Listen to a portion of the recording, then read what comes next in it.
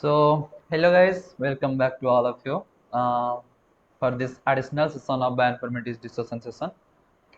Today's Sadhana Das is going to represent on SQL and database management system.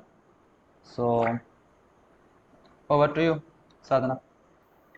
Thank you. So let's get started. Okay. So today we are going to cover your unit 2, which is basically upon normalization. So under normalization topic, let's get okay. So what is normalization?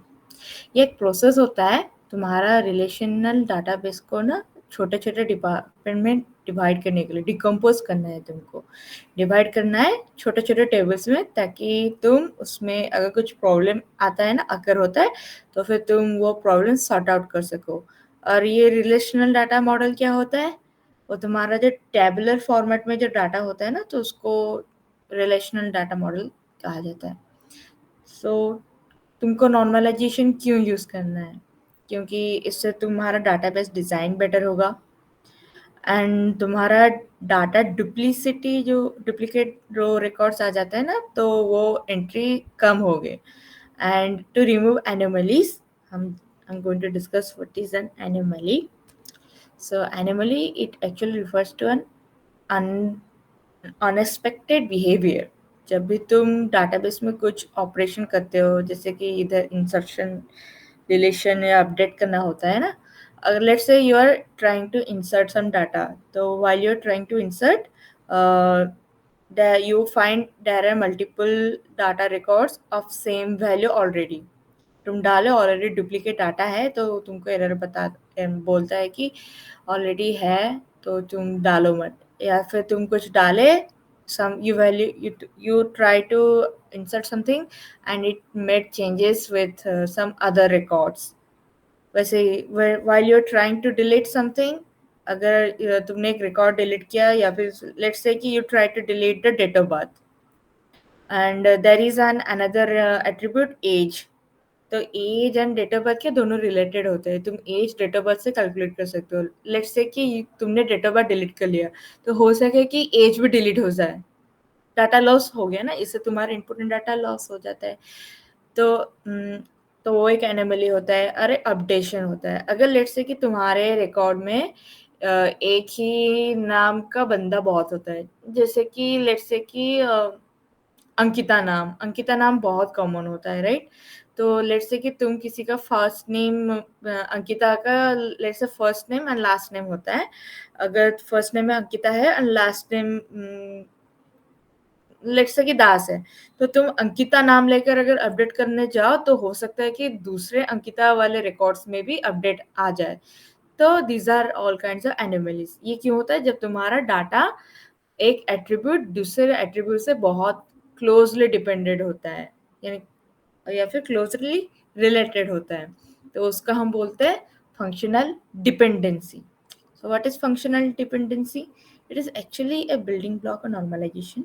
principles on in other words one attribute depends on another उसको एक symbol की तरह भी दिखाया जाता है इधर ए arrow B है ये तुम्हारा ए जो है इसको तुम रीड कर सकते हो as A determines B और B is dependent on A मैं A determines B ज़्यादा यूज करने वाली हूँ तो इससे क्या पता चलता है कि your A is superior and B is not superior B का अगर तुम A में कुछ चेंज करो तो B में भी वो चेंज आ सकता है so here A is the determinant क्योंकि इससे तुम चेंजेस डिटरमाइन करते हो और डिपेंडेंट क्योंकि ये बी ए के ऊपर डिपेंड होता है और ये जो एरो सिंबल होता है वो डिपेंडेंसी किसके तरफ है डिपेंडेंस कौन डिपेंडेंट होता है उसके तरफ एरो दिखाने के लिए वो सिंबल यूज होता है ओके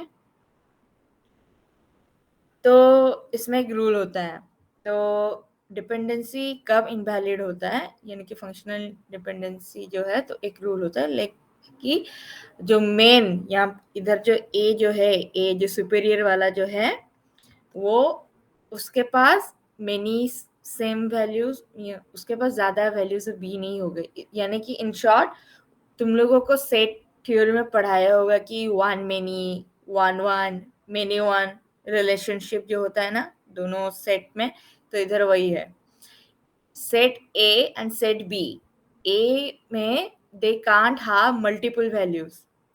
अगर 1 है तो उसका अगर 6 है तो फिर वो 6 5 नहीं हो सकता. It will be always 1 and 6. जैसे कि ये सबसे नीचे वाले जो में है उसमें लिखा 1 6 है एंड फिर से 1 6, it is okay. But 1 6 and 1 5 it is not okay. And ऐसा भी हो सकता है कि मल्टीपल ए, ये जो है it is like many one. ये जो राइट साइड में जो स्माइली फेस जो है, ऊपर वाला जो स्माइली फेस, तो उसमें क्या है, डिफरेंट एट्रीब्यूट डिफरेंट ए वैल्यू के लिए सेम बी वैल्यू हो सकते हैं. इट्स लाइक कि अगर मैं रोल नंबर एक क्लास में लूँ, रोल नंबर 1 2 3, रोल नंबर 1 का भी सेक्शन ए ही होगा, रोल नंबर 2 का भी सेक्शन ए ही होगा, क्योंकि तीनों को दोनों एक ही सेक्शन में है ना. तो वैसे ही ए तुम्हारा रोल नंबर है, बी तुम्हारा सेक्शन हुआ, सभी का सेक्शन एक ही है. लेकिन एक सेक्शन में जो बच्चे उनका अलग सेक्शन तो नहीं हो सकता ना, कि तुम्हारा रजिस्टर में नाम लिखा सेक्शन बी और तुम जाकर बैठोगे सेक्शन सी में, वैसा तो नहीं हो सकता. तो वही होता है कि same value of a is possible, but for one value of a you can't have many values of b. तो नॉर्मलाइजेशन में कुछ रूल्स होते हैं. ये जो फंक्शनल डिपेंडेंसी, ये जो देखा सेट थ्योरी की तरह, इसमें भी कुछ रूल्स होते हैं. ये जो ट्रिवियल एफडी है उसको तुम बाद में छोड़ो, I will come to that point later on. Okay, तो ये जो रिफ्लेक्सिविटी रूल होता है, इसमें क्या लिखा है, y is a subset of x. if y is a subset of x, then x determines y. ये ज़्यादातर यूज नहीं होता. इट जस्ट लाइक होता है तुम्हारा आइडेंटिटी रूल, जैसे कि होता है फॉर एवरी मल्टीप्लीकेशन, जैसे कि 1 into x is equal to always x, वैसा ही एक रूल है, you can ignore it. Then augmentation rule होता है कि x determines y, then xz will also determines yz. ये जो एरो का लेफ्ट साइड देखो, LHS एंड RHS, जैसे कि तुम लोग यूज करते हो ना LHS एंड RHS अलजेब्रा में, तो दोनों साइड में अगर सेम नंबर ऐड करते हो तो वैल्यू सेम ही होता है ना. लेट्स से कि x is equal to y, then x plus 2 is also same as y plus 2, right? तो इधर भी वही है. तो x के साथ अगर तुम z भी रखो तो y के साइड भी तुमको z रखना पड़ेगा. ओके, अगर ऑलरेडी x डिटरमाइंस y है. ट्रांसिटिविटी रूल, ट्रांसिटिविटी रूल, इसका मतलब लेट्स से कि ऐसा समझ लो a इक्वल टू b है and b equal to c है. तो इससे क्या होता है, सब a इक्वल टू c भी होगा, राइट? तो ये भी वही है, x determines y and y determines z. तो एक चेन क्रिएट हो जाता है ना. तो x will be also able to determine z. वैसे ही कुछ सेकेंडरी रूल्स होते हैं, जैसे कि इधर है यूनियन और एडिटिव रूल्स. ये पहली बार जो पहला वाला जो देखा तुम लोगों ने उसी की तरह है, लेकिन थोड़ा अलग है. It's like x is equal to, ये यूनियन हो जाता है क्योंकि x ऑलरेडी डिटरमाइन कर रहा है, तो x determines already y and x also determining z. तो तुम दोनों को कंबाइन करके ऐसा लिख सकते हो, x डिटरमाइंस yz इक्वल, एक ही सेंटेंस में लिखने के लिए. ये रिवर्स भी पॉसिबल होता है. तो इधर डिकम्पोजिशन में देखो, x डिटरमाइंस yz, तुम इसको स्प्लिट कर सकते हो. जैसे कि इधर स्प्लिट हो गया, x determines y, x determines z. तो तुम लोग कंबाइन भी कर सकते हो और ऐसे स्प्लिट भी कर सकते हो. ओके, देन कंपोजिशन रूल, ये तुम्हारा रेशियो की तरह आ जाता है. जैसे कि a is to b, c is to d, cross multiply कर लो, तो वैसा ही कुछ है. ओके, तो इसमें जैसे कि है इधर x डिटरमाइंस y, ये बस रूल तुमको याद रखना है. जैसे कि तुम आगे नॉर्मलाइजेशन चलते जाओ, you can just use this rule to simplify the complex dependency. जब कुछ आ जाते आ जाएगा, तो सिंप्लीफाई करने के लिए ये यूज होता है। यूजुअली तुम्हारा ट्रांजिटिविटी रूल यूज होता है, डिकम्पोजिशन एंड ये एडिटिव रूल और यूनियन रूल यूज होता है। अब बाकी के तुम बस फॉर्मेलिटी के लिए तुमको याद रखना पड़ेगा, अगर कुछ कॉम्प्लेक्स यूज हो आ जाता है तब। What is a closure of a set of a functional dependency? कभी कभार एक टेबल में ना बहुत सारे एट्रीब्यूट बहुत सारे अलग एट्रीब्यूट के साथ रिलेटेड हो सकते हैं। जैसे कि first name is related to your last name, दोनों के दोनों are related to your complete name एक होता है।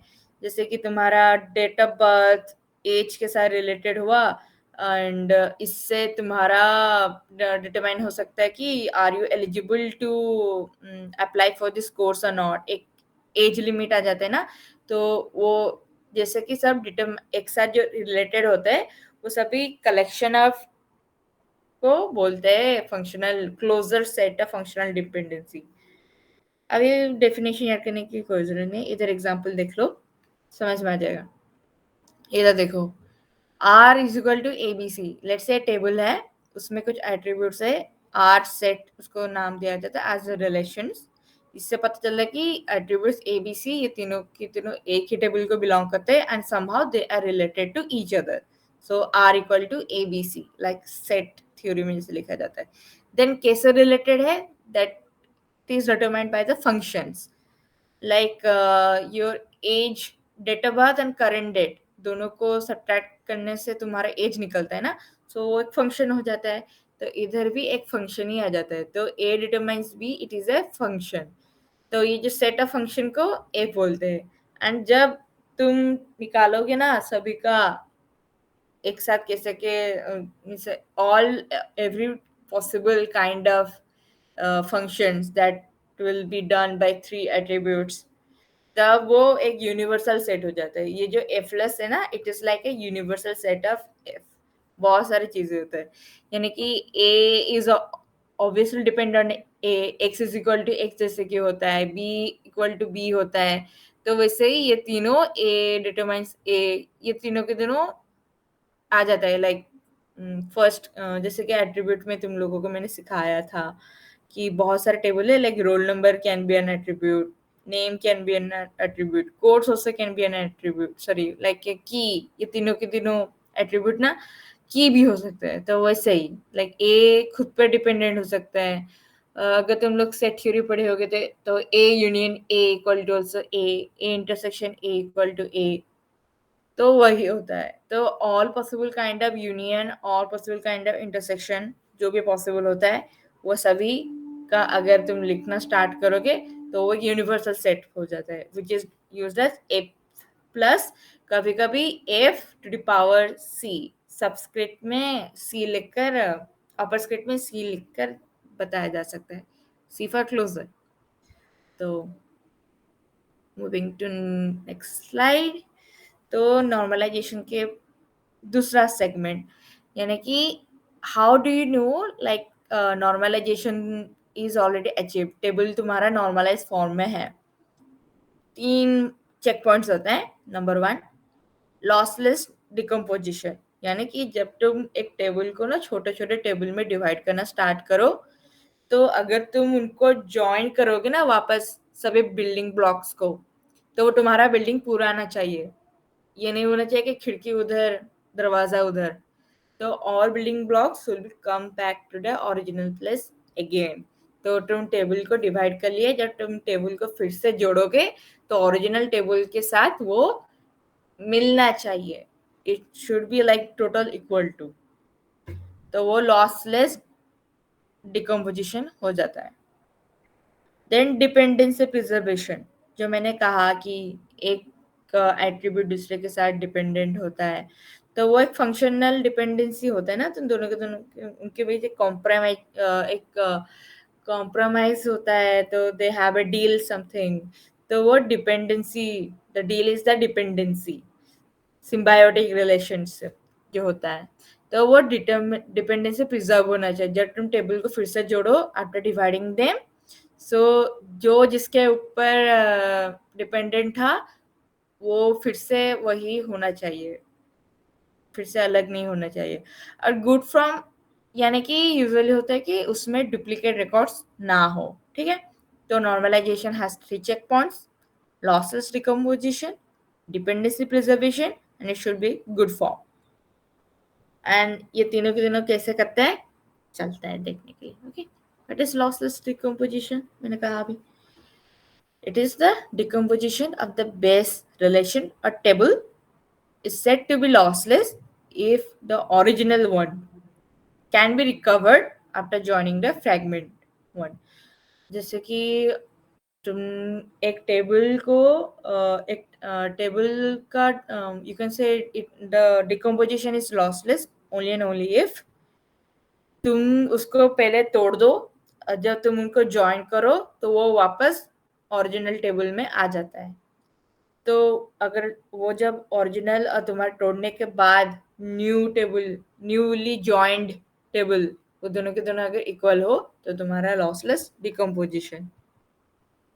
इधर एक एग्जांपल है, ए बी ये दोनों एक टेबल हुआ, तो इन दोनों को पहले अभी ऐसा डिवाइड कर लिया, और फिर जब तुम इन दोनों को ज्वाइन करो तो ये न्यू ज्वाइंड टेबल एंड पुराना ओरिजिनल टेबल दोनों के दोनों कंपेयर करके देखो, दे आर सेम, कोई रिकॉर्ड में चेंजेस नहीं हुए हैं।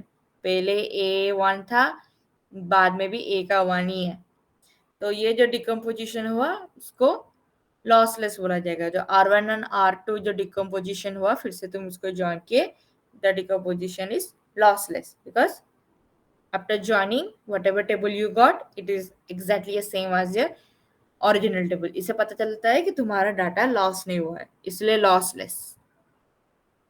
इधर एक और एग्जांपल देखो, दोनों को तोड़ दिया, जब ज्वाइन होता है तो एक एक्स्ट्रा रो आ जाता है, तो ये ओरिजिनल टेबल से एक रिकॉर्ड एक्स्ट्रा हो गया ना, यानी कि एक रो एक्स्ट्रा हो गया। So the original one and the newly joined they are not equal, तब तुम क्या बोलोगे? That the decomposition is lossy, और you can say the it is not a lossless decomposition. तो ये जो आर को तुमने जो भी बिल्डिंग ब्लॉक्स में तोड़ा है वो सही से नहीं तोड़ा है, तुमको फिर से तोड़ना पड़ेगा। Okay, so coming to dependency preservation, इसमें यानी कि जब भी तुम एक टेबल में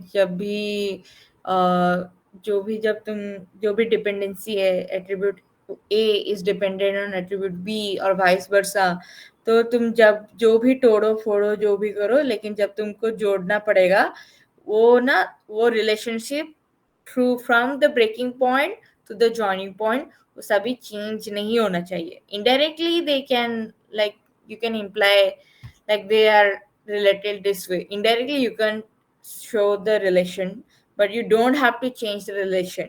okay, like a b के साथ जॉइंट था, यानी कि ए डिटरमाइन बी था, तुम तोड़ के फिर से ज्वाइन कर किए, तुमको पता चला कि ए डिटरमाइन सी हो गया है, वो नहीं होना चाहिए। ओके, तो इधर एक एग्जांपल है, इसके लिए मैं बड़े वाले बोर्ड पे जाती हूँ। I have the screen is visible right? तो इधर गया, नहीं इधर ही। ओके, सो इधर तुम देखो A B C they are the relation set में आता है, और उनके फंक्शन कुछ ऐसे है, A determines B, B arrow C, A arrow C. ठीक है, अब तुम इन सभी को तोड़ दिए R1 एंड R2, तोड़ने के बाद तुमने देखा कि अभी नया जो R1 है उसमें तुम्हारा फंक्शनल डिपेंडेंसी ए डिटरमाइंस बी हुआ, एंड R2 में तुम्हारा बी डिटरमाइंस सी हुआ। तो जब तुम ये पहले दोनों टेबल को ज्वाइन करते हो you will get this table, तो पता चलता है कि हाँ, so the decomposition is lossless. And जब तुम ये दोनों फंक्शन का यूनियन लोगे ना, when you try to join like union लोगे, इधर जैसे कि यूनियन लिया है, तो यूनियन जब करोगे तो ये सारा का सारा आ जाना चाहिए। ओके, अब अगर तुम सोचोगे कि ये ए इम्प्लाई सी कहाँ से आ गया, इधर ए बी है एंड बी सी है, इधर देखो ये प्लस साइन है ना, यानी कि क्लोजर क्लोजर देखना पड़ेगा, क्योंकि अगर तुम देखो कि हाँ कुछ मिसिंग है, यानी कि तुमको उन दोनों फंक्शन का जो यूनियन है, तो फिर तुमको उनका क्लोजर सेट निकालना पड़ेगा। यानी कि देख लो कि कोई किसके साथ कैसे रिलेटेड है। जो बोला था ना सिंप्लीफाई करना पड़ता है, इधर वो तुम्हारा सिंप्लीफिकेशन रूल यूज होगा। जैसे कि देख लो, इधर हमारा आ जाता है A B and there is B C, तो ये ट्रांजिटिविटी आ जाता है, तो ए इम्प्लाई सी आ जाता है। जैसे कि मैंने कहा था कि लेट्स से कि तुम्हारा है ए इक्वल टू बी हुआ and there is also B equal to C, तो इन दोनों से क्या पता चलता है, A equal to C, right. तो इधर वही हुआ है। जब तुम ये वाला इम्प्लाइज वाला निकाल लो, तो फिर and you say they do match, then you say या द डिकम्पोजिशन जो हुआ उसका इट इज डिपेंडेंसी प्रिजर्विंग। ठीक है, तो तुम्हारा डिपेंडेंसी प्रिजर्व है। तो ये वही है एग्जाम्पल्स। तो आ जाते हैं तुम्हारा नॉर्मल फॉर्म्स में। नॉर्मल फॉर्म्स क्या होता है, जब भी तुम टेबल को देखो एंड चेक फॉर नॉर्मलाइजेशन है कि नहीं, लाइक इधर लिखा है construction of normalize relation schema, यानी कि construction of normalize table which are free of data redundancy, यानी कि डुप्लीकेसी नहीं होना चाहिए। सो एक टेबल दिया गया है, तुमको वो उसको रेक्टिफाई करना है, तुमको उसको रिफाइन करना है। जब तुम उसको रिफाइन करने चलो सच दैट, यानी कि ऐसा फ्रैगमेंटेशन करो ताकि उसमें डुप्लीकेसी नहीं होना चाहिए, ताकि वो गुड फॉर्म एक होता है ना, जैसे कि बोला था normalization have 3 check points, lossless, functional dependency, preservation and there is good form. Good form यानी कि there shouldn't be any kind of redundancy, in short there shouldn't be any kind of duplicate records, duplicacity ban होना चाहिए। तो उसको वो कैसे stage achieve करोगे, how to modify, how to make table such that ज़्यादा चेंजेस ना हो, वो जो प्रोसेस होता है ना, जो भी फॉर्मूलाज होते हैं स्टेप वाइज प्रोग्रेशन, उसको नॉर्मल फॉर्म्स बोलते हैं। बहुत टाइप के होते हैं, 1NF यानी कि फर्स्ट नॉर्मलाइजेशन, 2 3 BCNF वो एक बॉयड कोड नॉर्मल फॉर्म होता है। देन 4NF 5NF, कभी कभार 6NF भी होता है। तुम लोगों के सिलेबस में मैंने चेक किया, it is still like 4NF। तो let's start with the first normal form. First normal form का एक मेन रूल होता है कि उसमें there shouldn't have any kind of multi valued attribute. Multi valued attribute याद करो मैंने क्या कहा था, इट्स लाइक रोल नंबर 1 के रिकॉर्ड्स में कॉन्टैक्ट डिटेल्स जब चेक करो, उसमें 3 फोन नंबर्स है, एक उसके पेरेंट्स का है, एक मम्मी, एक पापा, may be another is like for guardian. तो वो जो 3 नंबर्स आ गए ना, तो फोन नंबर का, तो the phone number becomes your multi valued attribute. तो फर्स्ट नॉर्मल फॉर्म का रूल होता है कि उसमें सिंगल वैल्यूड होना चाहिए, यानी कि एक ही फोन नंबर होना चाहिए, it should B multi valued attribute. तो क्या करोगे, फोन नंबर ऑलरेडी 3 है, क्या कर सकते हो, फादर्स नंबर करके रख सकते हो, एक मदर्स नंबर, एक एक गार्डियन नंबर। फोन डायरी में जब भी फॉर्म फिलअप करना पड़ता है, स्कूल के डायरी में होता होगा, किसी किसी स्कूल में होता है, पेरेंट्स डिटेल में father detail, mother detail, then guardian if there is a guardian, तो गार्डियन डिटेल। तो तीनों का नाम, फोन नंबर, कॉन्टैक्ट डिटेल्स अलग हो जाता है ना, तो सेपरेट। तो इससे क्या होता है, इससे इजी होता है, जब भी तुम एक में चेंजेस करो तो दूसरे में नहीं आना चाहिए।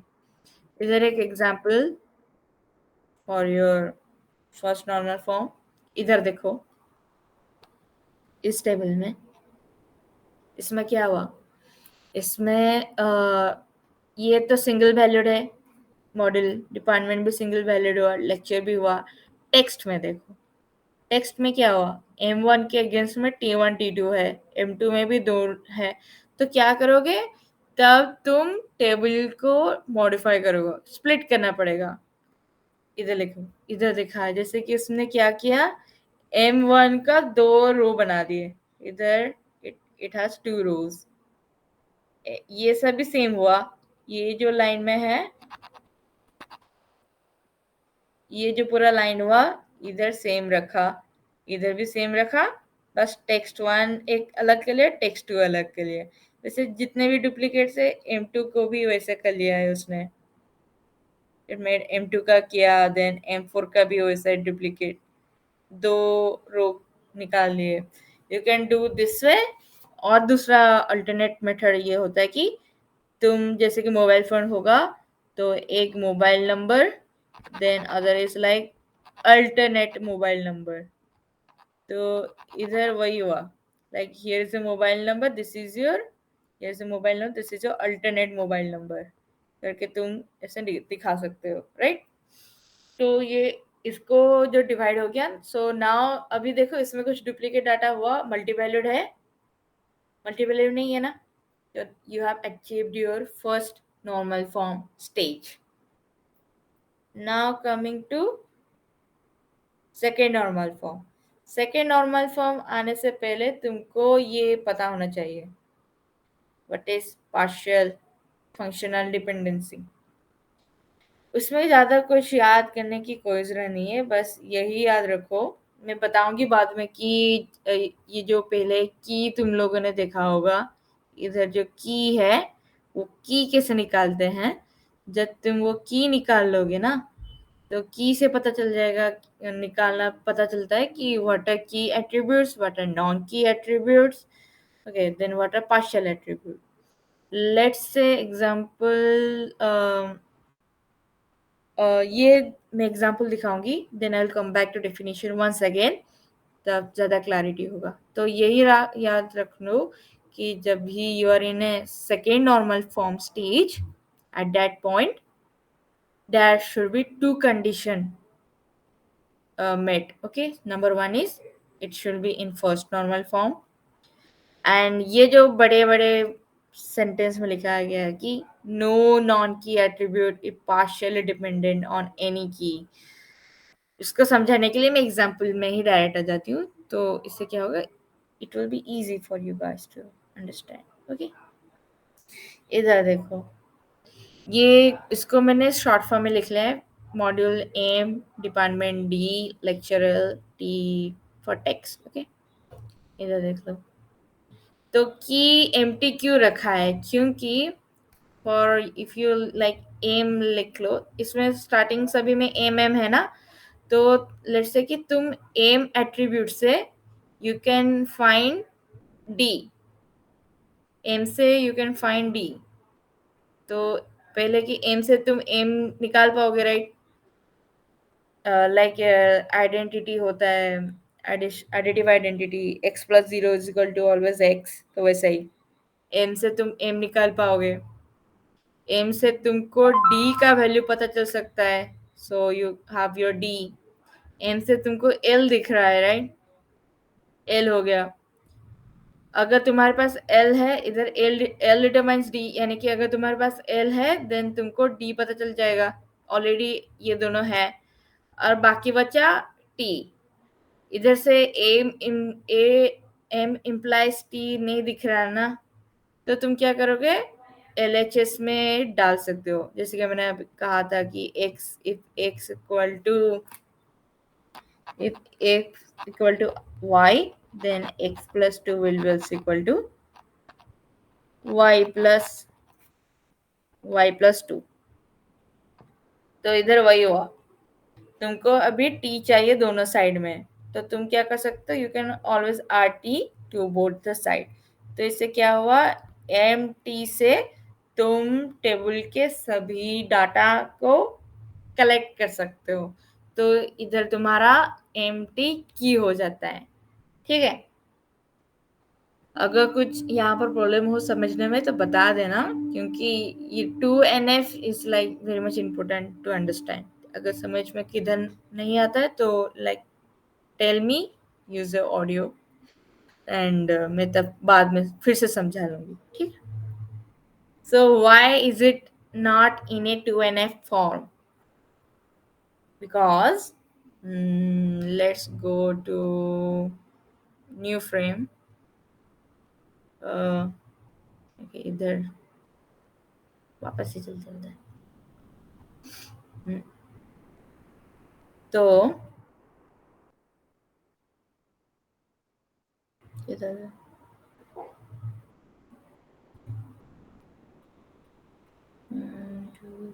ओके, रहने दो इधर। तो यू कैन पेन चेंज कर दो। Okay, good. तो तुम्हारा क्या क्या यहाँ पर एट्रीब्यूट्स हुआ? एक एम है, एक डी है, एक एल है, एक टी है। इधर एम एंड टी तो तुम्हारा बन गया की बन गया। तो दिस टू आर लाइक काट लो। बाकी जितने बचे डी एंड एल, ये तुम्हारा नॉन की एट्रीब्यूट्स होता है। ओके, इधर जैसे कि डेफिनेशन में लिखा है like non-key attributes which are not part of any candidate key or just normally key. तो इधर D and L they are not a part of key, so they are non-key attributes.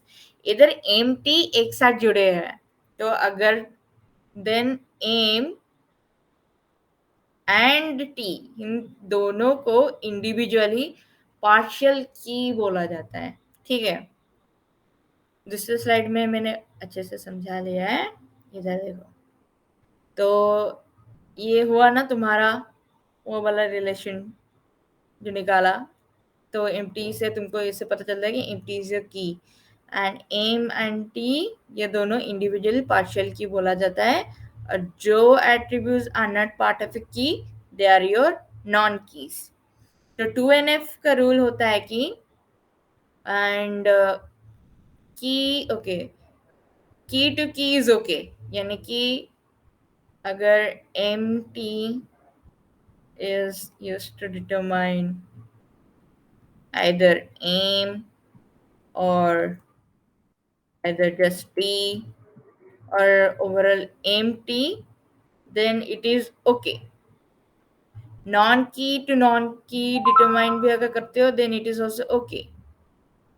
D implies L is okay और L determines D is okay, तो उसमें कुछ problem नहीं होता है, it is also okay. But problem तब आता है जब तुम्हारा partial key will be used to determine your non key, यानी कि एम इम्प्लाइज नॉन की क्या होता है, इधर लिखा है D and partial key let's say M. Okay, let's example. तो एम इम्प्लाइज डी अगर होता है then it is incorrect and अगर एम इम्प्लाइज डी हो या फिर एम इम्प्लाइज एल हो या फिर तुम्हारा टी इम्प्लाइज डी हो, समझ गए ना। तो वो अगर होगा then it is not okay and ऐसा अगर तुम्हारे पास कुछ होता है then it will be like your non key that sorry, अगर partial key determines non key होता है then the table is not in second normal form. तो पिछले वाला एग्जांपल फिर से चलते हैं। इसका इरेजर का साइज बड़ा क्यों नहीं होता है?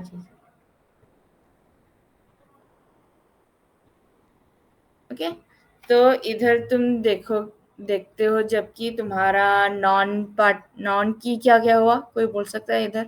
व्हाट आर योर नॉन की? इधर देखकर बोलो समवन। टेक्स्ट भी कर लो, मैं मैसेज देख लूंगी, कोई प्रॉब्लम नहीं है, यानी कि ग्रुप मिड चैट में लिख कर बताओ। Good. DL, yes DL is your non की। इंडिविजुअली हो सकता है डी एंड एल। गुड। तो डी एंड एल जो हो गया, सो ये जो तुम्हारा नॉन की हुआ एंड पार्शियल की क्या होगा इधर टेक्स्ट में? कॉमा देकर बोलना, पार्शियल की सिंगल सिंगल होता है, मल्टीपल नहीं होगा। गुड।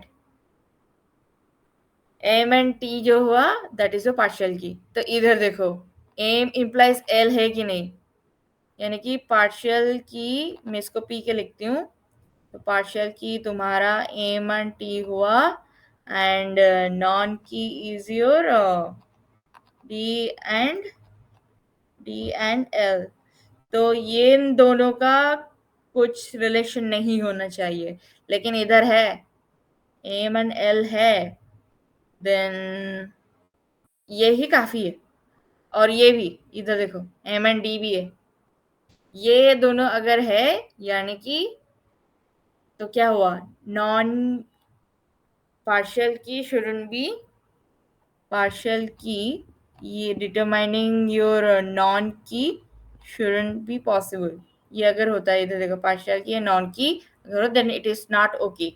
तो अगर इधर partial key to non key relation है, functional dependency है, यानी कि it is invalid and your table is not in second normal form। बस यही होता है, ठीक है। और एक एग्जांपल देख सकते हैं for better clarity।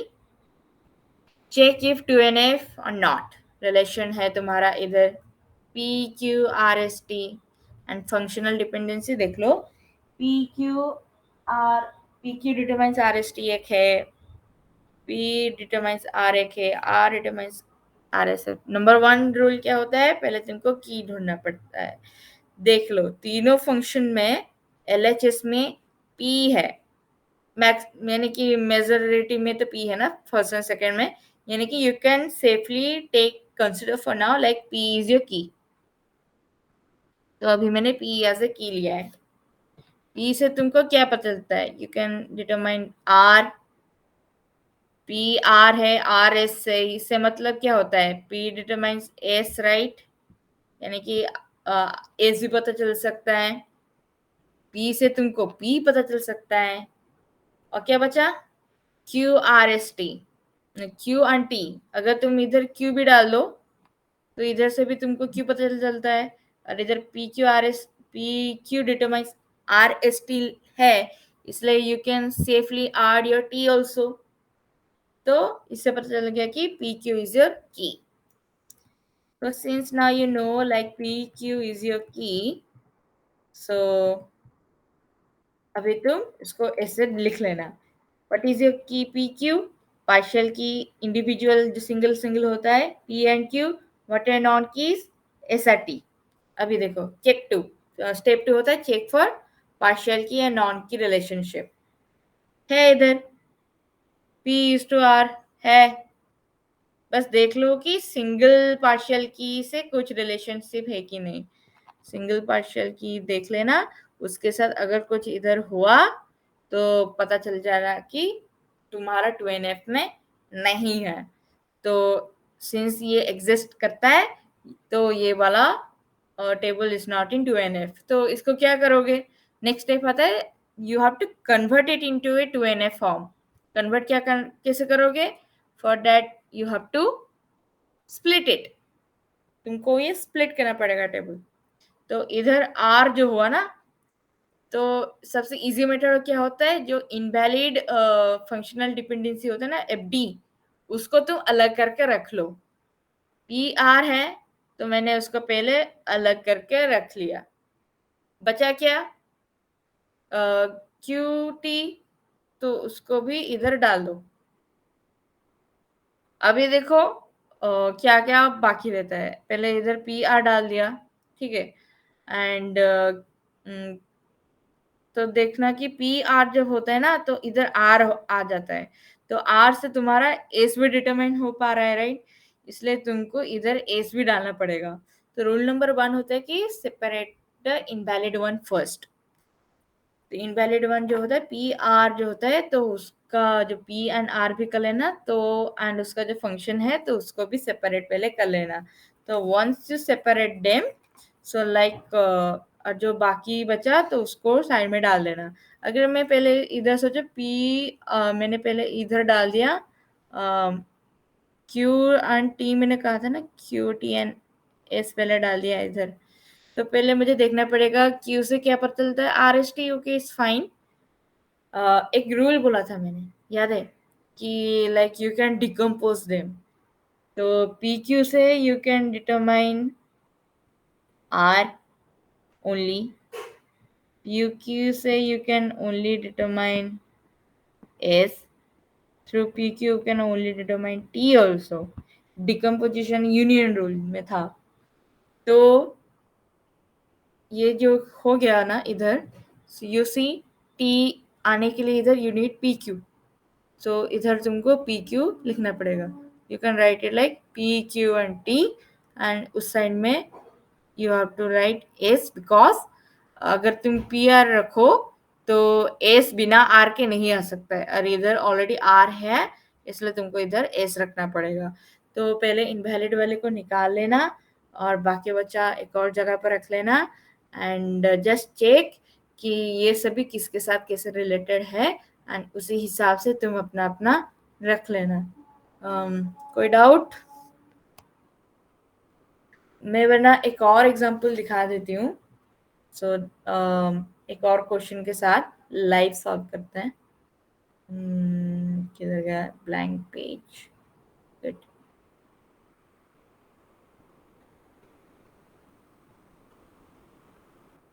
सो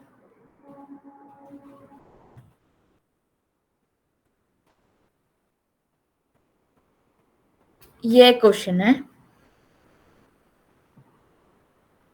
ठीक है। क्वेश्चन में क्या, ओके, इसमें क्वेश्चन में दो चीजें हैं, कोई बात नहीं। हम पहला पार्ट इधर ये वाला ही पार्ट देखते हैं, ओके, ये वाला।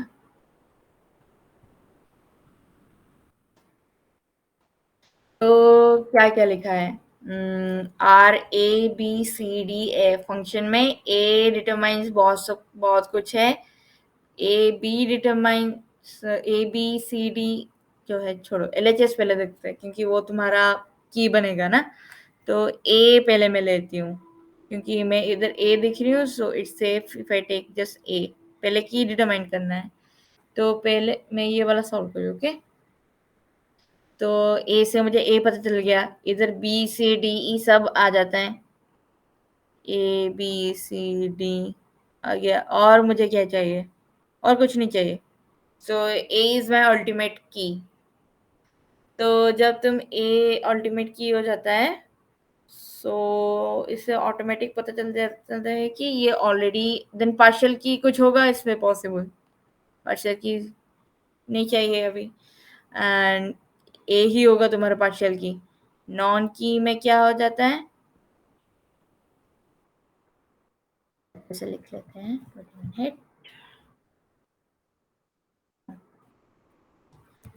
तो पार्शियल की में तुम्हारा आएगा ए ही आएगा, की में भी तुम्हारा ए ही आता है, एंड नॉन की में जब जाओ तब तुम्हारा बी सी डी ई सब आ जाता है।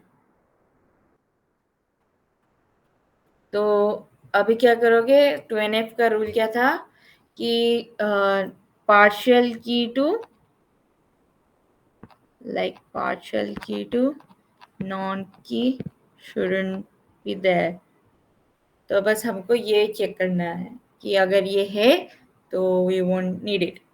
तो कैसे करोगे चेक? पहले ये वाला देख लो, इसमें ए बी एक साथ है, you can always divide them. A B implies C D E, right? You can decompose them as A B determines C, A B also determines D।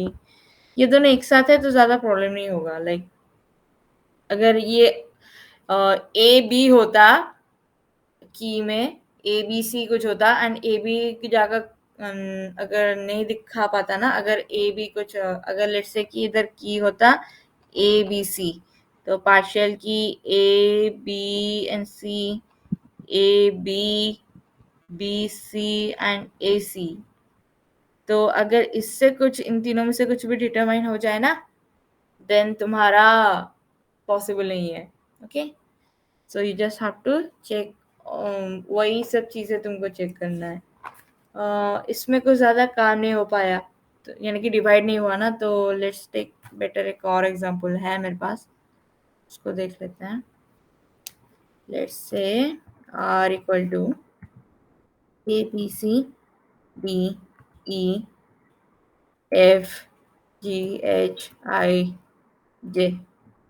बहुत बड़ा होगा क्वेश्चन ये।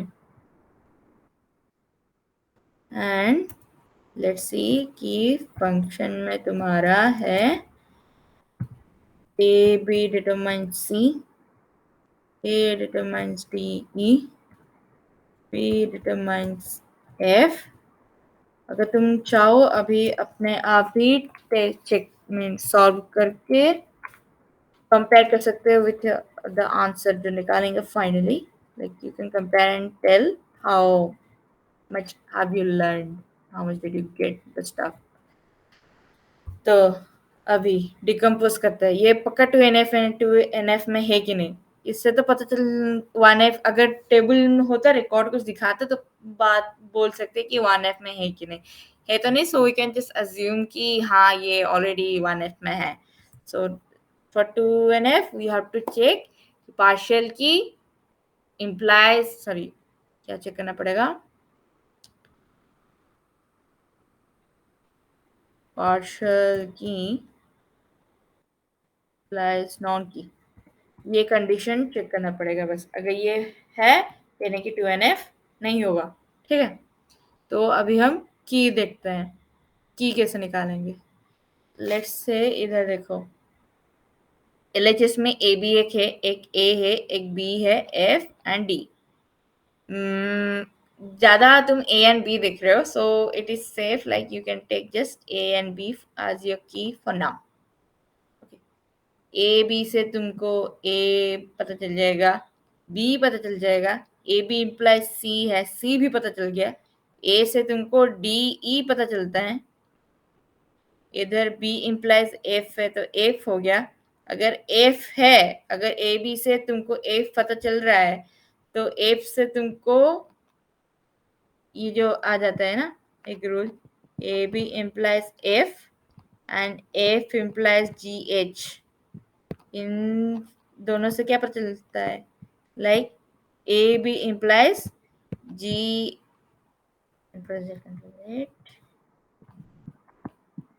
ए B implies G H. Okay, तो you can safely write कि F के बाद जी H, और क्या बचा, आई जे तुमको चाहिए। ओके, इधर आई जे के साथ रिलेशन क्या है, डी इम्प्लाइज आई जे है, तुम ए बी से डी निकाल पा रहे हो एंड डी से तुम आई जे निकाल पा रहे हो, तो you can also determine this one directly. तो क्या हो जाएगा, इधर आई जे आ जाएगा, तो इधर ए बी इज योर की, partial key is a comma b and ये बाकी तुम्हारा नॉन की आ जाता है, और then this lot are your non keys. So now we have to check the condition, partial key implies non key। easy है, बस यही देख लो, A determines यही काफी है, B implies F and A implies D, ये दोनों काफी है। क्योंकि अगर ए बी एक साथ हर जगह पर रहते LHS में तो प्रॉब्लम नहीं होता, लेकिन ये दोनों अलग हो गए, अलग अलग काम करे, पार्टनर्स होते हैं तो प्रॉब्लम नहीं होता। अगर अलग अलग खुद का साइड बिजनेस निकालने लगे तो ये धोखेबाजी हो जाता है और कॉन्ट्रैक्ट इनवैलिड हो जाता है। इसलिए ये दोनों इनवैलिड फंक्शनल डिपेंडेंसी हो जाता है, that is partial key implying non key, so it is not in 2NF। 2NF नहीं है, तो अभी क्या करोगे, now your task is to convert R, like R को तुम अभी ऐसे डिवाइड करोगे ताकि it won't, ताकि जो न्यू फ्रेगमेंट्स आए तो उसमें ये नॉन की पार्शियल की नॉन की प्रॉब्लम ना हो. How to do it? तो हमको पता चल गया कि इनवैलिड वाले क्या क्या है. तो दो invalid ones are this two separate कर लो. दोनों है, दोनों को ही सेपरेट कर लो, यानी कि अलग अलग रिलेशन निकाल लो. एक R1 लेट से, एक R2 फ्रेगमेंट, एक R3.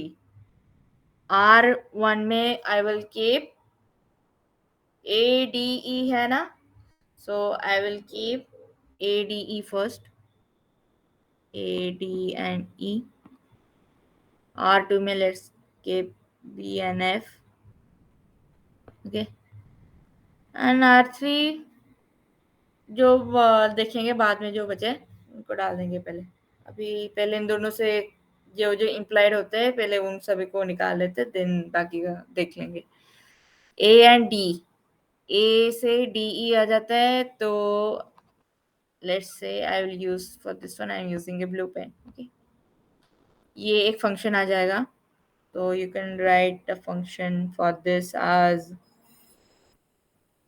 F1 में आएगा तुम्हारा A implies D and E. Fine, it is safe to say. And और क्या क्या पॉसिबिलिटीज हो सकता है देखते हैं. डी से तुम्हारा आई जेड भी आ जाता है, तो इधर तुम्हारा आई जेड भी आ गए. अगर तुम इधर आई जेड डाल रहे हो तो इधर भी तुम्हारा आई जेड आएगा. T E I and Z. तो और कुछ पॉसिबिलिटीज है. आई से कुछ इम्प्लाइज होता है नहीं, जे से कुछ इम्प्लाइज होता है नहीं, ई से कुछ नहीं. तो ये एक सेट हो गया R1. ओके, तो तुम्हारा F1 is this much. Now coming to R2. R2 में क्या क्या है, पहले B and F है. पहले देख लो F से और क्या क्या इम्प्लाइज होते हैं. F G आ जाता है, तो you can write here G and H, ये वाला. बिकॉज B एक है वो तो की गया, रिलेशन इनवैलिड वाला डाल दिए हम लोग. एंड ये जो F से और क्या क्या आ सकता है G and H, तो ये तुमने डाल दिया. तो अभी तुम्हारा फंक्शन में बंद करो भाई. ओके, तो your F2 has B implies F and F implies IZ.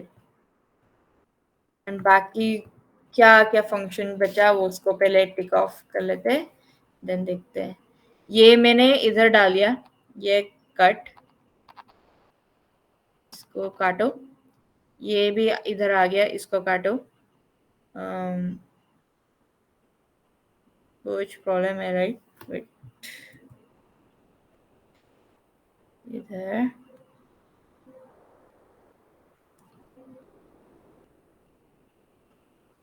F implies GH है, सॉरी GH. तो DJ भी गया, तो बचा बस ABC. तो F equal to F3 equal to AB implies C. तो R3 में तुम बस ये तीनों ही लिख सकते हो. ओके, तो R3 will be just yours A, B, C. Okay, अभी तुम चेक कर लो इन तीनों में से इसका की क्या होगा. F1 में R1 में की तुम्हारा अगर तुम A अकेले से पहले स्टार्ट करो, A से तुमको DE पता चल गया, D से तुम्हारा IJ, तो तुम्हारा की A हुआ. अगर तुम्हारा ऑलरेडी एक तुम्हारा की एक सिंगल एट्रीब्यूट आता है, यानी कि it is already in 2NF, तो चिंता करने की कोई बात नहीं. इधर F2 में तुम्हारा की लेट्स स्टार्ट विद B. अगर तुम B से स्टार्ट करते हो, you start with B, then you can get your F. B से B आ जाएगा, H F आ जाता है, और F से तुम्हारा G and H आ जाता है. Why I am not taking F से मैंने पहले क्यों नहीं लिया? अगर मैं एफ से पहले, अगर if I start with F, right, तो एफ से I can get F and G and H, लेकिन एफ से मुझे बी नहीं पता चलेगा, राइट, ये उल्टा नहीं हो पाएगा, इसलिए I can't take F as my key. तो प्रीवियस जो हुआ था, बी अगर की होता है, then this one is safe. Single है ऑलरेडी की, ये इसका की ये है और इसका की, और कुछ प्रॉब्लम नहीं है। अब बस F3 में देखो, ये तो एक ही है फंक्शनल डिपेंडेंसी, तो इससे कुछ नहीं होगा कि ऑटोमेटिक ए बी ही होगा और कुछ चेंजेस में नहीं होगा। So this is all about your 2NF। ठीक है, 2NF हो गया, यानी कि तुम्हारा नॉर्मलाइजेशन पूरा हो गया। 3NF ये सब, ये कुछ ज्यादा तो नहीं है। ठीक है, देन कमिंग टू 3NF, इसमें क्या होता है, ट्रांसिटिविटी नहीं होना चाहिए। यानी कि पहला कंडीशन है कि तुम्हारा 2NF हो गया, let's say you solve something, it is already 2NF, good, then you have to check transitivity, यानी कि A equal to B, B equal to C जो होगा ना, उसके बाद जो इम्प्लाइड स्टेटमेंट आ जाता है A also equal to C, वो नहीं होना चाहिए। ठीक है, अगर वो आ जाता है transitivity, that is your transitivity. अगर वो A इक्वल टू C आ जाता है ना, then it won't, your table is not in the third normal form, 3NF नहीं होगा। सो एग्जाम्पल है ऑलरेडी, इधर R1 को ही ले लो। R1 PRS जो हुआ, P इम्प्लाइज R है, R इम्प्लाइज R है, इससे तो इम्प्लाइज स्टेटमेंट निकाल सकते हो ना, कि सॉरी, P इम्प्लाइज S, इससे क्या है ना, ट्रांसिटिविटी स्टेटमेंट आ जाता है। इधर मैंने लिखा है P implies R, like, or R, P determines R and R determines S, which implies that P determines S also. So S being a non-key is transitively dependent on the key S. या फिर बस normal transitivity निकालो, काफी है। If there is no transitivity, then 3NF है। इधर ट्रांसिटिविटी already है, यानी कि R1 is not in your 3NF form. अब इसको कैसे रिजॉल्व करोगे? फिर से सेपरेट कर लो, जो इनवैलिड वन है, यानी कि हमारा R इम्प्लाइज एस जो इनवैलिड था, उसको तुम सेपरेट कर लो, R3 कर लेना, उसमें बस ऐसे रख लेना P एंड R को, एंड R4 इसे सेपरेटली रख लेना, तो इससे प्रॉब्लम नहीं होगा। अगर तुम चाहते हो, हमने अभी जो क्वेश्चन सॉल्व किया उसमें ट्रांसिटिविटी है कि नहीं, चेक करो पहले। इधर देखो, इधर A इम्प्लाइज DE है, D इम्प्लाइज IZ है, इससे क्या, A से तुम इसको तुम अगर यानी कि फ्रैगमेंट करो, सेपरेट करते हैं अगर हम इसको, कॉपी, इधर है, पेस्ट इट फर्स्ट,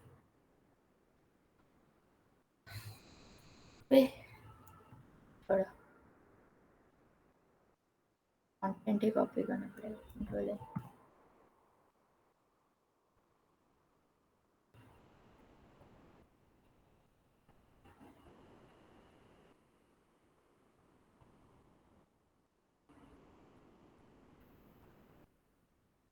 इधर जो हुआ, you can also simplify it as A implies B, A implies E, B implies I, B implies Z। ये रूल मैं इधर बना पेस्ट कर लेती हूँ ताकि ज़्यादा प्रॉब्लम ना हो। इधर इधर जो है डिकम्पोजिशन रूल,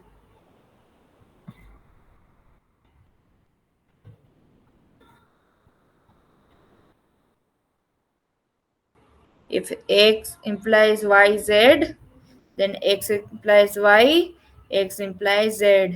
तो इधर तुम्हारा ये इम्प्लाई जो भी है, सो इधर तुम्हारा आ जाता है। तो सिंस इधर इम्प्लाइड इम्प्लाइड हो जाता है, then you can just check कि ट्रांसिटिविटी है कि नहीं। ए इम्प्लाइज डी है, ए इम्प्लाइज है, इधर ये वाला ही देख लो। If I take just these two, right, this one and this one, it will give me A implies I. So इधर ना ट्रांसिटिविटी हो गया, तो ये जो R1 था ना, R1 is not in 3NF। Defective वाला कौन सा है? यही है, इसको ही निकाल लो। तो तुम्हारा ये जो F1 हुआ ना, let's say it's F5 and F4। तो F5 में तुम्हारा D इम्प्लाइज IZ आ गया, एंड इसमें तुम्हारा A इम्प्लाइज D हो गया। ऐसे सेपरेट कर लेना, ठीक है। और ये ऑलरेडी सिंगल सिंगल है ना फंक्शनल डिपेंडेंसी, तो ये ऑलरेडी 3NF में है, तुम्हारा काम खत्म। ये वाला भी इधर, इसको भी अगर तुम सेपरेट करने निकलोगे, F implies G, F implies H and B implies F अगर है तो ये ट्रांसिटिविटी आ जाता है। सो इसको एक सेपरेट कर लो, इसको एक सेपरेट कर लेना, ठीक है। इससे तुम्हारा 3NF में जो दिक्कत हो रहा था ना वो सॉल्व हो जाएगा। तो that is the 3NF rule. Then 3NF के बाद हम आ जाते हैं बॉयज कोड नॉर्मल फॉर्म। इसको जानने से पहले तुमको कुछ टर्मिनोलॉजी याद रखना पड़ता है। For example, this is trivial functional dependency.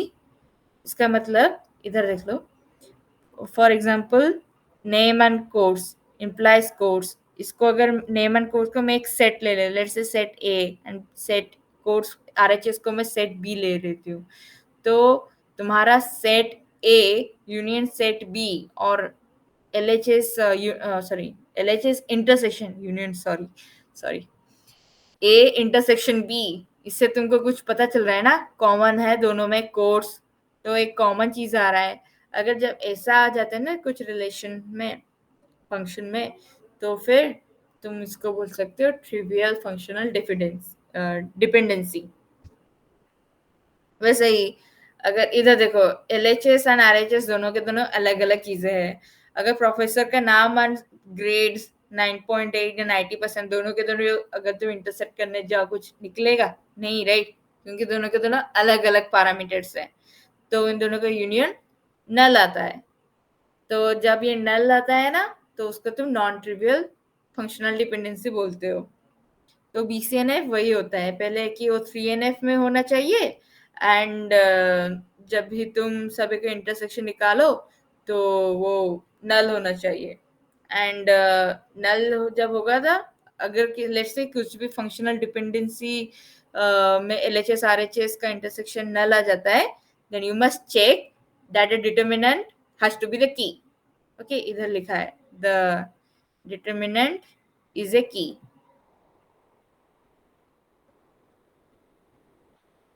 तो ऑलरेडी और एक स्लाइड में देख लो कि ऑलरेडी होता है ना कि जब भी तुम्हारा 3NF आ जाता है, और तुम देख लो कि जो भी तुमने डिवाइड किया सभी में जो की ऑलरेडी एक सिंगल एट्रीब्यूट है, यानी कि you are already present in BCNF, तब ये नेक्स्ट नॉर्मलाइजेशन करने का कुछ फर्क नहीं पड़ता। जस्ट चेक LHS में सिंगल एट्रीब्यूट ले आओ, उतना ही काफी है, you don't need to do anything else, ठीक है।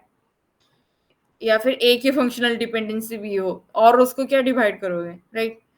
तो नॉर्मलाइजेशन में क्या होता है, normalization to 3NF process is always lossless, यानी कि तुम उसको फिर से ज्वाइन करो तो फिर यूनियन निकालो, कंबाइन करो, ओरिजिनली निकलेगा, और डिपेंडेंसी कुछ चेंज ही नहीं होता है।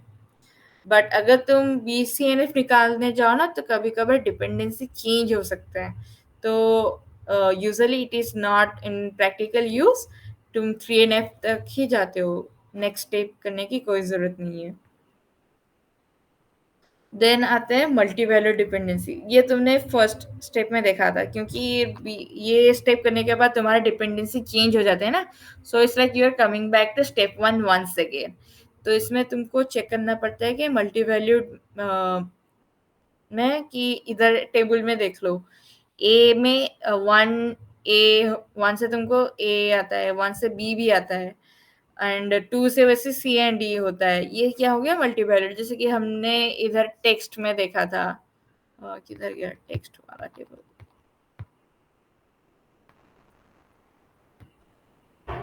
ये वाला राइट, हाँ ये वाला जो है इसमें क्या हुआ, इसमें ये वाला है, ये वैल्यू के लिए तुम्हारा दो टेक्स्ट आ रहा है ना, so this can be like a multi valued, वो मल्टी वैल्यूड एट्रीब्यूट था, ये मल्टी वैल्यूड पूरा सेट है, यानी कि one many is not allowed, वही होता है, ठीक है।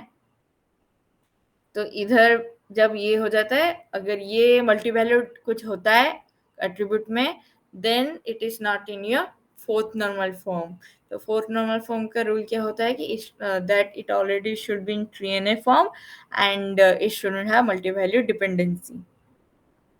तो हमने इतना सारा देख लिया, बस मैं वो दिखाना चाहती हूँ कि इट इज ए लॉसलेस की नहीं, यानी कि जो कंबाइनिंग प्रोसेस होता है बस वही मैं दिखाने जाऊंगी, एंड रेस्ट और कुछ नहीं है, बस बस let me explain this one, then you are free to go. Okay, अभी देख लो, हाँ ये वाला VCNF क्या होता है, ऑलरेडी इधर देख लो, ऑलरेडी सभी के सभी सिंगल एट्रीब्यूट है ना, यानी कि एक ही फंक्शनल डिपेंडेंसी है, since all the sub relation have, यानी कि R2 R3 R4 these are all sub relation, यानी कि child relation of the original R, अगर इन सभी में ऑलरेडी एक ही सिंगल फंक्शनल डिपेंडेंसी है, then they are all considered as non trivial, non trivial है यानी कि ऑलरेडी BCNF में होगा, एंड चेक कि LHS में FD जो फंक्शनल डिपेंडेंसी जो LHS है ना वो की है कि नहीं, इधर देख लो ये इसमें कॉम्बाइंड है, सिंगल LHS नहीं है, बट PQ की है ना, यानी कि ये इसमें कुछ प्रॉब्लम नहीं होगा, एंड ये already single single functional dependency सब में है, एंड अगर देख लो कि एक इसमें कुछ और होता, एंड ये देख लेना कि ये अगर की अगर नहीं होता ना, अगर पी की क्यू नहीं होता, then it won't be in a BCNF form, normal condition satisfy नहीं करता, बट इधर वो सभी कंडीशन सेटिस्फाई हो रहे हैं तो हो जाए, यानी कि इट इज इन BCNF, तुम 3NF आ जाओ यानी सॉल्व हो गया, यानी कि सभी ऑटोमेटिक हो जाता है, ठीक है। एंड इसको तुम जब कंबाइन करते हो, ये जो ऑपरेटर देख रहे हो ना बो टाई की तरह क्रॉस, इसको जॉइन बोलते हैं, यानी कि तुम फिर से जॉइन करोगे तो तुमको वो ओरिजिनल टेबल वापस मिल जाना चाहिए। अगर लेट से कि इधर में PQT PR RS, ठीक है, इन सभी का अगर मैं फिर से लिखना स्टार्ट करूं एक जगह पे, PQT मैंने लिख लिया, PQ आई ऑलरेडी रोट, बचा क्या, इधर PR भी है, डुप्लीकेट नहीं करना, P ऑलरेडी है, सॉरी PQT पहले, R2 PQT मैंने लिख लिया, R3 में जाओ, P ऑलरेडी है तो P लिखने की कोई जरूरत नहीं है, you can write R, then RS R4 में देखो R है तो you don't have to again write S, just sorry R लिखने की, यानी कि डुप्लीकेट बार बार लिखने की कोई जरूरत नहीं, ऑलरेडी है तो है, दूसरा वाला रखो। अभी ये वाला देखो, this are all preserve right, original में जो था दिस आर ऑल प्रिजर्व, कुछ लॉस नहीं हुआ तुम्हारा एट्रीब्यूट, यानी कि it is a lossless, sorry इधर डबल एस होने की जगह सिंगल एस हो गया, तो माफ कर लेना, तो इधर इट इज ऑलरेडी लॉसलेस हो गया, लॉसलेस नॉर्मलाइजेशन फॉर्म, लॉसलेस बोल सकते हो, like the table is in lossless form, and F plus यानी कि जो क्लोजर था ना वो निकालने के लिए, अगर तुम सभी को यूनियन ले लो, PR RS and PQ plus T, इसमें यूनियन करने से ये तीनों वापस आ जाते हैं राइट, ये तीनों के तीनों आ जाएंगे, कैसे निकालना है लेट्स सी कि मैंने पहले लिख लिया, यही होता है, okay let's see, PQ implies P मैंने डाल दिया, देन P implies R भी मैंने डाल दिया, एंड R implies S भी मैंने डाल दिया, तो मैंने do this, then you can just see थोड़ा चेंज है राइट, इधर देखो PQ implies RST, but can you determine इधर से, लाइक कैन यू ऑल्सो इससे डिराइव कर पाते हो कि नहीं, अगर वो कर लिए तो फिर हो जाएगा, PRRS है डन, PQ देखो P से R आता है, R से S आता है, सो PQ से T आता है, so you can also right it is, ये दोनों कंबाइन कर लो ना, अगर इसको तुम सेपरेट नहीं कर सकते, कुछ तो प्रॉब्लम है, कुछ गलत लिखा है शायद, नहीं रहने दो, ठीक है।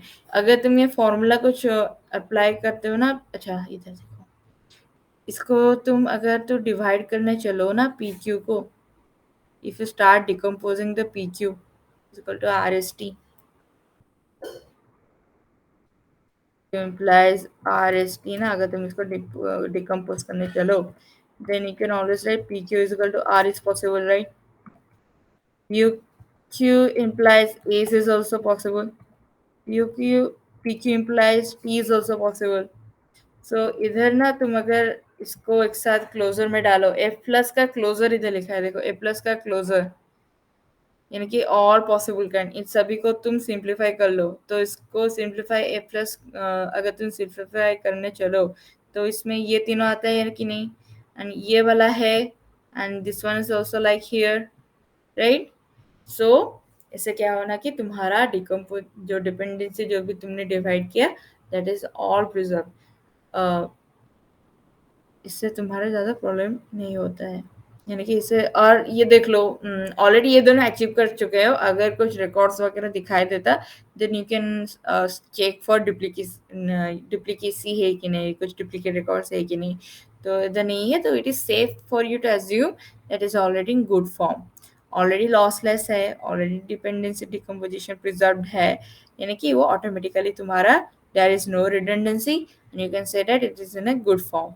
ओके, अगर तुम ऐसे जैसे कि अभी आ गया ना कि तुमको कंफ्यूज हो गए, इधर देखो, जैसे मैं भी कंफ्यूज हो गई कि इधर है पी क्यू आर एस, इधर क्यों नहीं आया, सो यू कैन जस्ट ये बड़ा है, so you can decompose both the side, L H S को तुम और डिकम्पोज नहीं कर पाओगे, but you can always decompose, यानी कि आर एच एस को तुम छोटा छोटा कर सकते हो, एल एच एस को तुम छोटा छोटा नहीं कर सकते, ऐसे ऐसे ही छोटा नहीं होगा।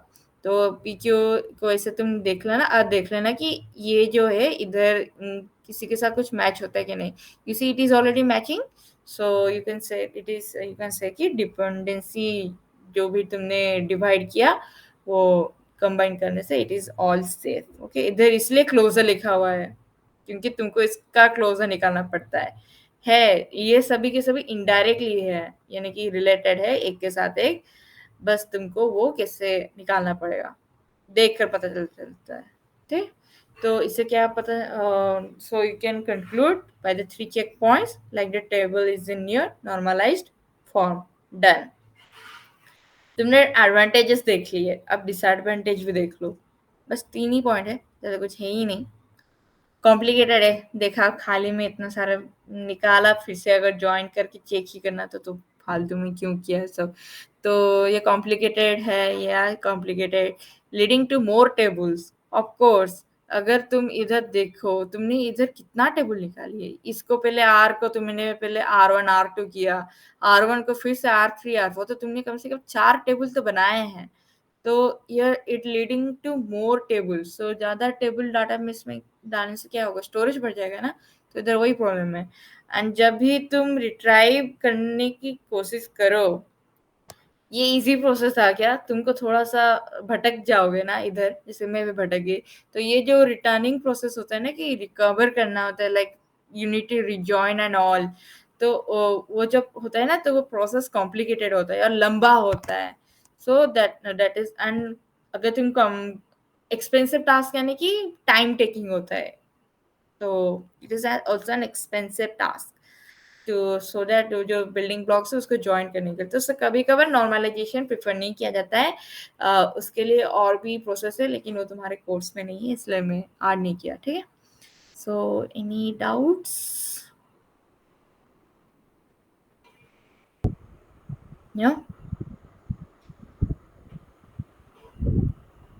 किसी को कुछ डाउट है? नहीं, सभी ने नो लिखा है, यानी एक ही नहीं लिखा है।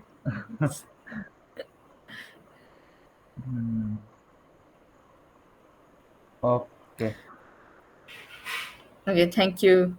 और तुम लोगों का भी यूनिट दोनों कंप्लीट भी हो गया, और हाँ एक जो चैप्टर है वो इंट्रोडक्शन में ही है, वो बस थ्योरी है, कुछ पढ़ाने की जरूरत नहीं है, और हाँ बाकी हाँ, तुम लोग अगर यही इम्पोर्टेंट था ना, नॉर्मलाइजेशन। यस, नॉर्मलाइजेशन इम्पोर्टेंट था, प्रैक्टिस करो, हो जाएगा बाद में, हो जाता थैंक यू साधना है, for या this session and sharing your knowledge with us. Yeah, thanks for giving me the opportunity also. Welcome. Yeah. Bye. Bye.